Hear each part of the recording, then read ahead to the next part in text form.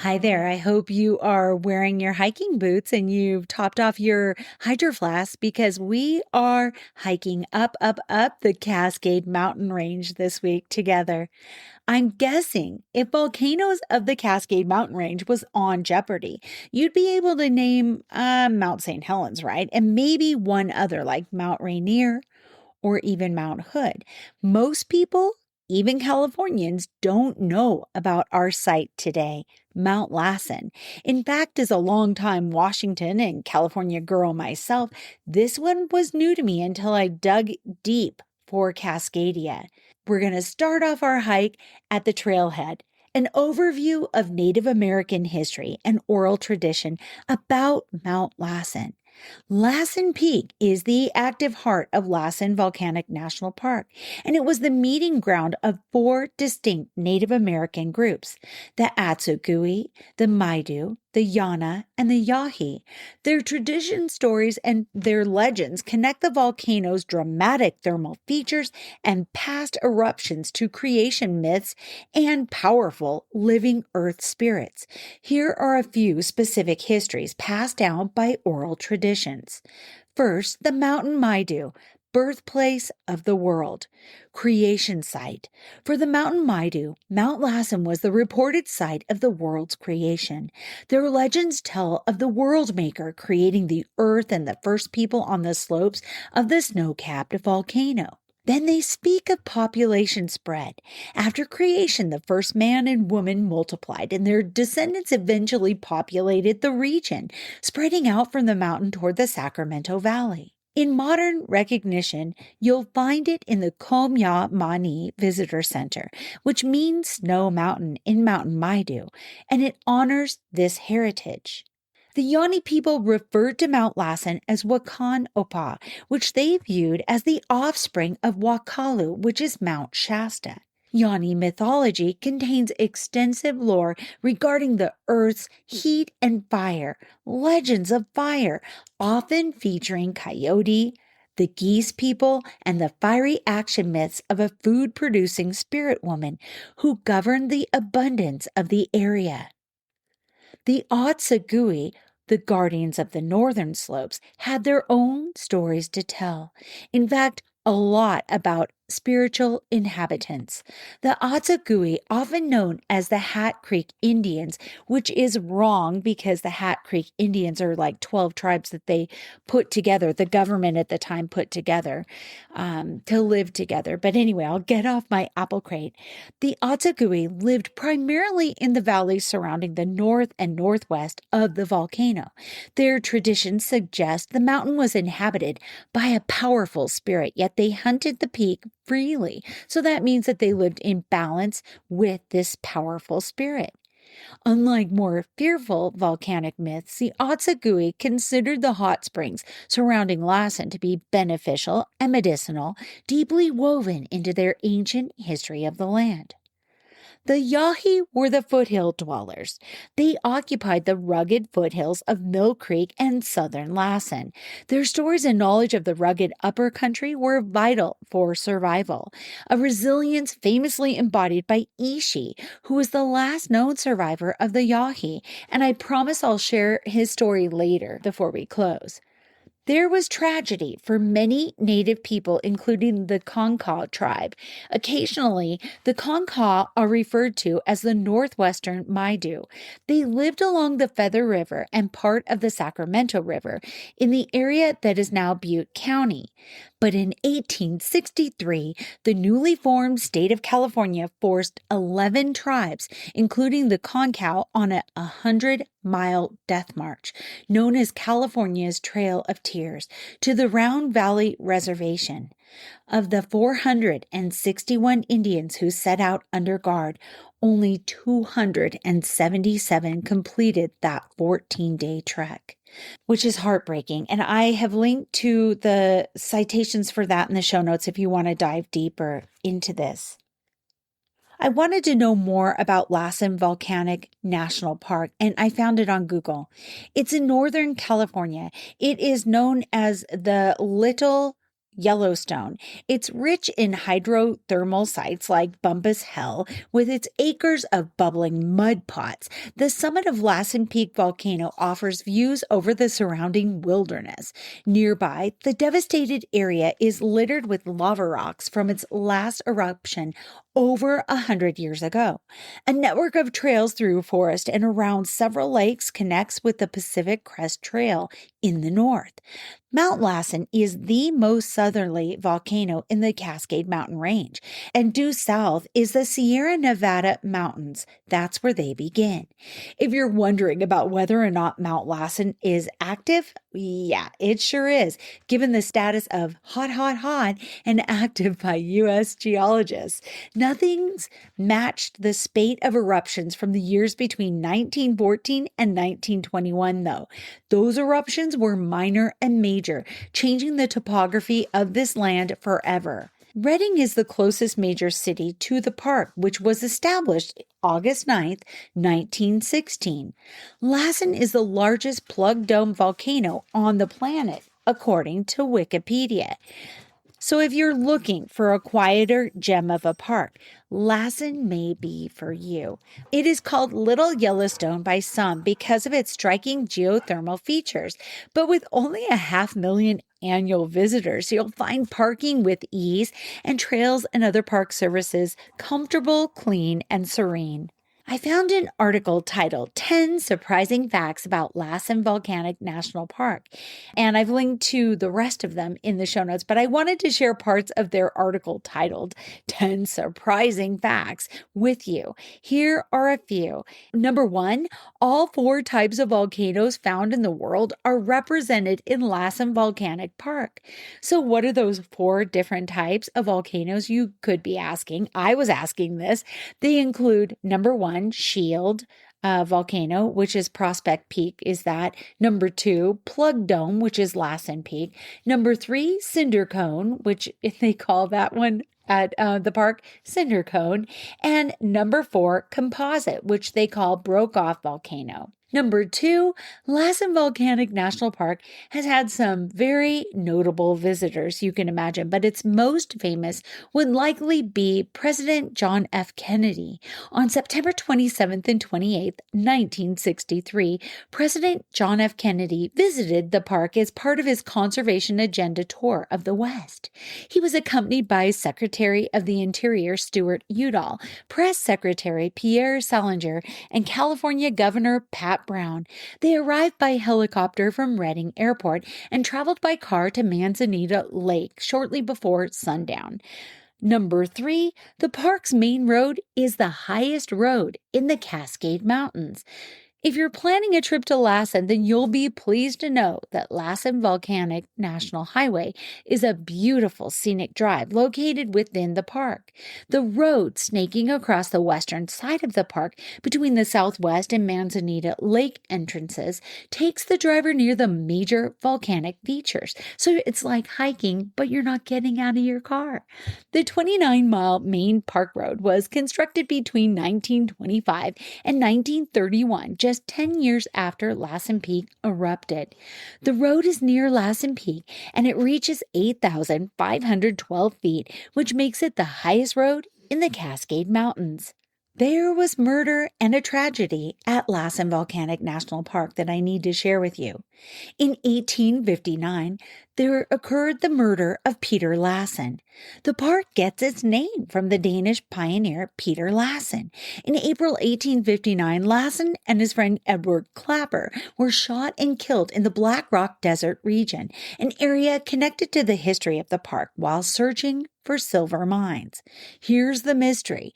The remaining member of their traveling party claimed that they were attacked by Native Americans, but historians widely suspect that the survivor may have committed the murders, and I'm with them on that. The legacy, despite his controversial reputation during the gold rush, his name remains attached to the park, Lassen National Forest and Lassen Peak. I had to know more about this and found it from California Trail Center website linked in the show notes. Peter Lassen was shot and killed on April 26, 1859, along with his friend Edward Clapper.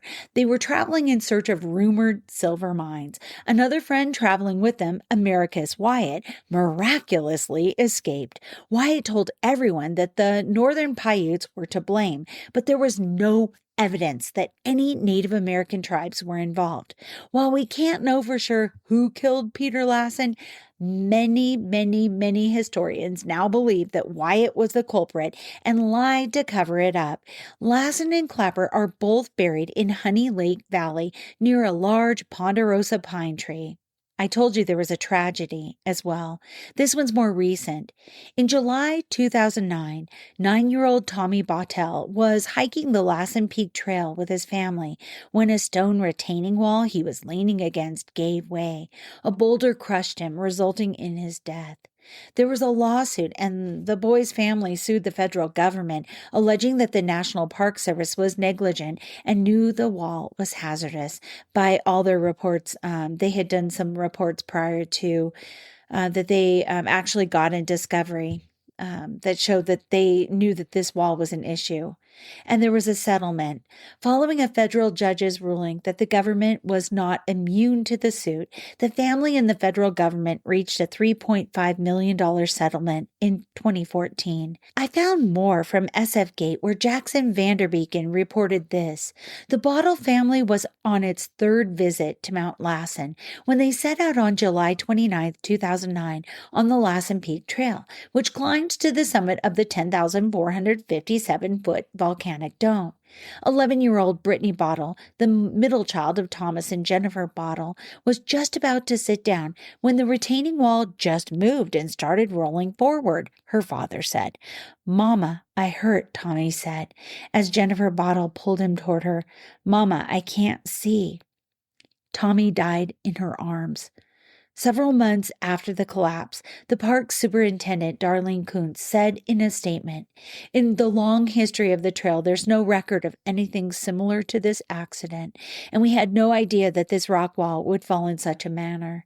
The Park Service ordered an investigation.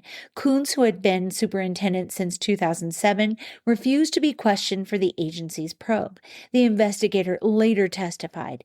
Kuntz told lawyers no one had contacted her. She declined to comment for this story, citing the litigation. Government attorneys representing the Park Service did not respond to requests for comment. Tommy and his 13-year-old sister Katrina tumbled as much as 30 feet down the slope. The lawsuit has since been settled, as I mentioned, but no amount of money will bring back the Bottle's beloved Tommy. Well, you know I adore a really good campfire story, right? I dug around, and here's what I found from the National Park Conservation Association's website in their article titled 9 Spooky National Park Sites. Lassen Volcanic National Park came in at number 2 on that list, and Jennifer Eric writes this about Bumpus Hell. The steamy hot springs and burbling mud pots in this geothermal hotspot may seem spooky all on their own, but this region of Lassen Volcanic National Park became known as a hell after unlucky explorer Kendall Bumpus fell into a pool of boiling hot water and lost one of his legs. The area also contains one of the hottest fumaroles in the world, Big Boiler. Its acidic, high-velocity steam has been measured at temperatures of up to 322 degrees Fahrenheit, closer to the weather in hell than many other national park attractions. End quote. I promised you I'd tell you about the lone survivor of the Yahi people. The legend of what some people called a wild man, which makes me angry that they use that verbiage for him. And the name that they assigned him, together with him apparently, was Ishi. This heavily documented tale of Ishi, the last surviving member of the Yahi Native American tribe, centers entirely around the Lassen region. After emerging from the surrounding wilderness in 1911 near Oroville, his story has become a legendary piece of the area's lore. The Yahi were an indigenous hunter-gatherer tribe, the southernmost subgroup of the Yana people, native native to the rugged mountain canyons and foothills of Northern California's Sierra Nevada range. Before European contact, the Yahi numbered around 400 people and fiercely defended their secluded way of life.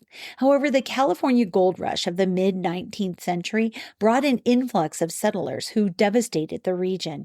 The Yahi lost their ancestral lands and primary food sources like deer to encroaching cattle and mining operations. This led to brutal conflicts and massacres, including the Three Knolls Massacre in 1865. To survive, a small remnant of the tribe went into hiding, living off the land in secret for decades. By the early 20th century, the Yahi were largely presumed to be extinct. On August 29, 1911, the last surviving member of the tribe emerged near a slaughterhouse in Oroville, California. Because Yahi culture customs forbade him from speaking his own name to strangers, anthropologists at the University of California, Berkeley gave him the name Ishi, which means man in the Yana language. Ishi lived out his remaining years at the UC Berkeley Museum of Anthropology, which became part of the Hearst group at some point. I'm not really sure about that history, but there he worked closely with anthropologists. And the anthropologists, it's very fascinating. There's a documentary on it on YouTube that I've linked to in the show notes. They worked together with him using languages of surrounding tribes to try to cobble together a language that they could speak with one another. He worked closely with them, providing the world with invaluable insights into the Yahi culture, language, and tool making and survival skills. Ishi passed away from tuberculosis in 1916. I found more from writer Callie Markle's article titled The Lassen Effect.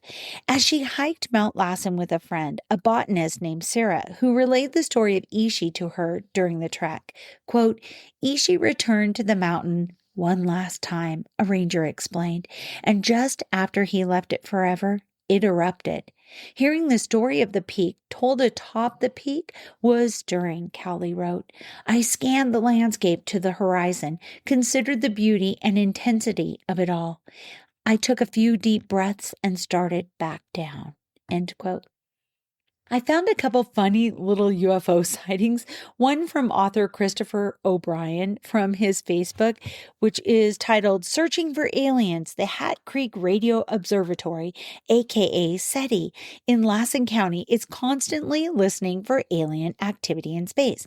And it goes on to explain that you go to Lassen Park and your cell phone doesn't have the best service, but that helps these investigators listen better for aliens. This report came in 2001, but it happened July 3rd in the year 2000.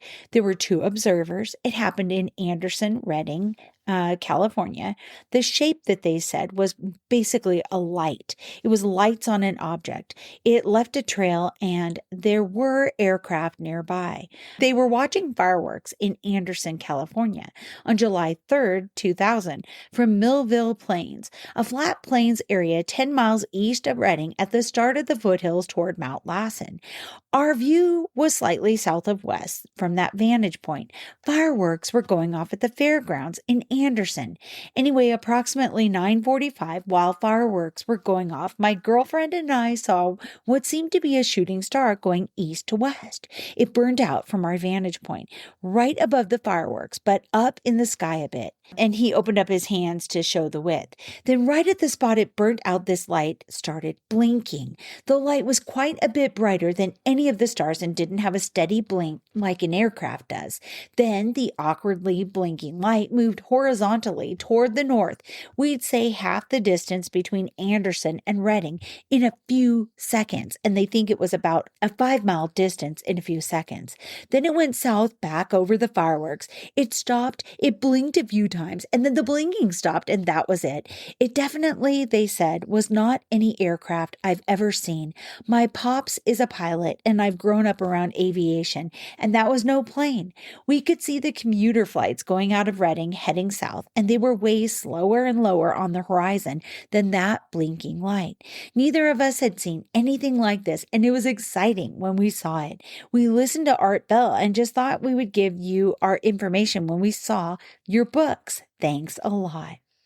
So that's Mount Lassen. There's a lot more on Mount Lassen and the epic eruption from the 1900s that I have got things linked in the show notes because there's no way I can convey the excitement and the interest of also the volume of the destruction done during that epic blast. But its only rival in the Cascades of late is Mount St. Helens. So they're kind of volcanic twins in a sense. I hope that this inspired you to get your hiking boots on and check out a path in your neck of the woods. Until next time, please stay curious, hydrate on the trail, and bring an extra snack and maybe even a personal beacon with you. Also, let someone you love know that you're going on the trail, where the trail is, and when to expect you home. Until next time, stay curious. I love you.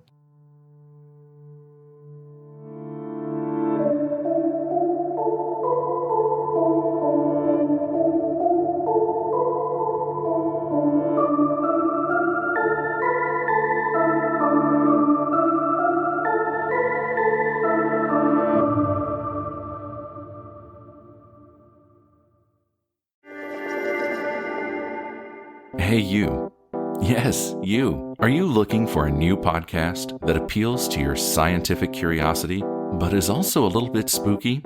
Show me how I died in a past life. Well, look no further, because this cat is where it's at. He had concerns about the ethics surrounding AI, feeling they had achieved consciousness. Curious Cat Podcast examines the shadowy space where science and the supernatural collide. Listen every week with your host, Jennifer Holtz, as she and her guests explore what it means to be a soul in a meat suit. We were healing karma together. They were all kind of predestined to resolve something. Listen on all your favorite streaming apps and continue the conversation on Twitter at CuriousCatPodCA, or find Jennifer and all her links at Jennifer L. Holtz, spelled HOTES.com.